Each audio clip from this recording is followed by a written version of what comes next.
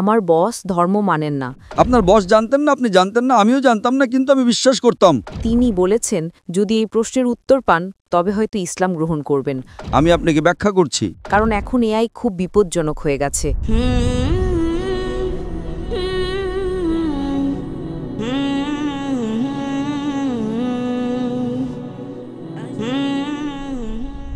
আমার নাম নিসা।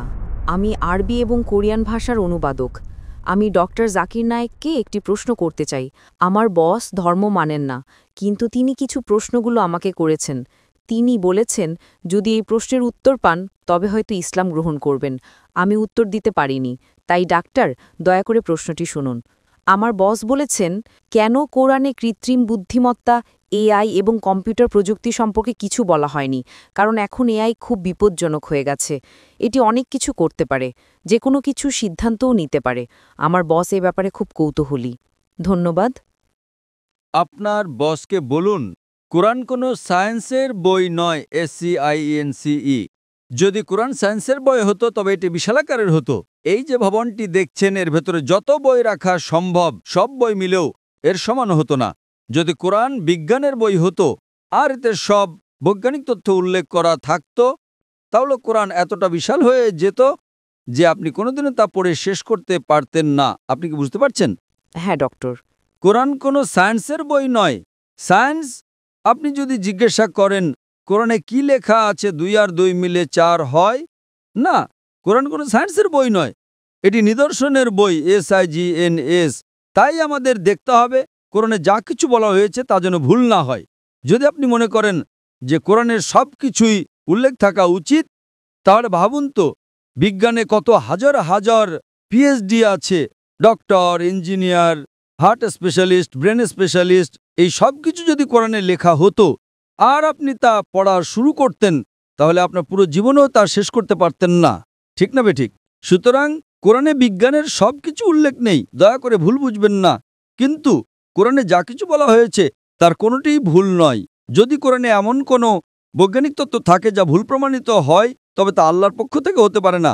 আর যদি কোরআনে এমন কিছু বলা হয় যা বিজ্ঞান অনেক পরে 200 বা 400 বছর পরে আবিষ্কার করেছে তাহলে সেটাই মুজিজা।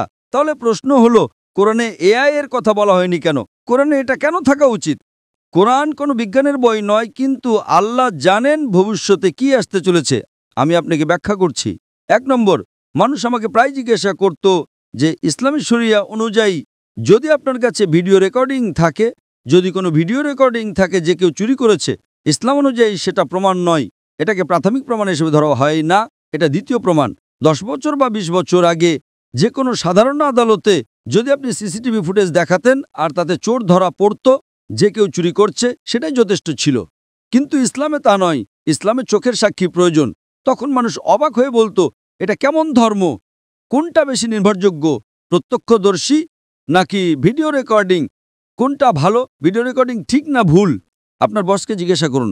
সুতরাং 20 বছর আগে যদি আপনার কাছে ভিডিও রেকর্ডিং থাকতো তবে তা ইসলামের চেয়ে সুবিধাজনক না। প্রত্যক্ষদর্শী হলো প্রাথমিক প্রমাণ, ভিডিও রেকর্ডিং গ্রহণযোগ্য ছিল না। আজ যখন কৃত্রিম বুদ্ধিমত্তা এসেছে আপনি সহজেই আপনার ডাকাতের একটা ভিডিও তৈরি করতে পারেন। ঠিক না ভুল? ঠিক। সুতরাং এখন মানুষ জেগে উঠেছে। আজ এটি প্রাথমিক প্রমাণ নয়। তাই ইসলাম অনেক উন্নত। আল্লাহ জানতেন AI আসতে চলেছে। আপনি কি বুঝতে পারছেন? হ্যাঁ। আপনার বস জানতেন না, আপনি জানতেন না, আমিও জানতাম না, কিন্তু আমি বিশ্বাস করতাম। আমি বলেছিলাম না ইসলাম সঠিক। হয়তো আগামীকাল কিছু ঘটবে। আমি AI সম্পর্কে জানতাম না, কিন্তু 15 বছর আগে আমার উত্তর ছিল শরিয়া সঠিক। আমরা জানি না আগামীকাল এমন কিছু ঘটবে যে ভিডিও রেকর্ডিং যথেষ্ট প্রমাণ হবে না। এটাই ছিল আমার উত্তর, এবং আজ আমার উত্তর সঠিক। আপনি কি বুঝতে পারছেন? সুতরাং আল্লাহ AI সম্পর্কে জানেন, তাই ভিডিও রেকর্ডিং প্রাথমিক প্রমাণময়। আপনি কি বুঝতে পারছেন? হ্যাঁ। কিন্তু প্রত্যক্ষদর্শী হলো প্রাথমিক প্রমাণ। সুতরাং আল্লাহ AI সম্পর্কে জানেন। যদি তিনি সবকিছু লিখতে শুরু করেন, আপনি ছোট কোরআনই পড়েননি, আপনি চিকিৎসা, ভ্রূণতত্ত্বে সবকিছু সম্পর্কে কি পড়বেন? না, এটি টেলিগ্রাফিক মেসেজ। সুতরাং এটি ঈশ্বরের পক্ষ থেকে নয় তা প্রমাণ করার জন্য আপনাকে ভুল খুঁজে বের করতে হবে। কিন্তু এটি ঈশ্বরের পক্ষ থেকে তা প্রমাণ করার জন্য আপনাকে এমন জিনিসের কথা বলতে হবে যা মানুষ জানত না। আপনি কি বুঝতে পারছেন? একেই বলে অলৌকিকতা। কিন্তু এখানে সবকিছু উল্লেখ করা হয়নি। আশা করি এটি উত্তরটি পেয়েছেন। আপনাকে অনেক ধন্যবাদ ডক্টর।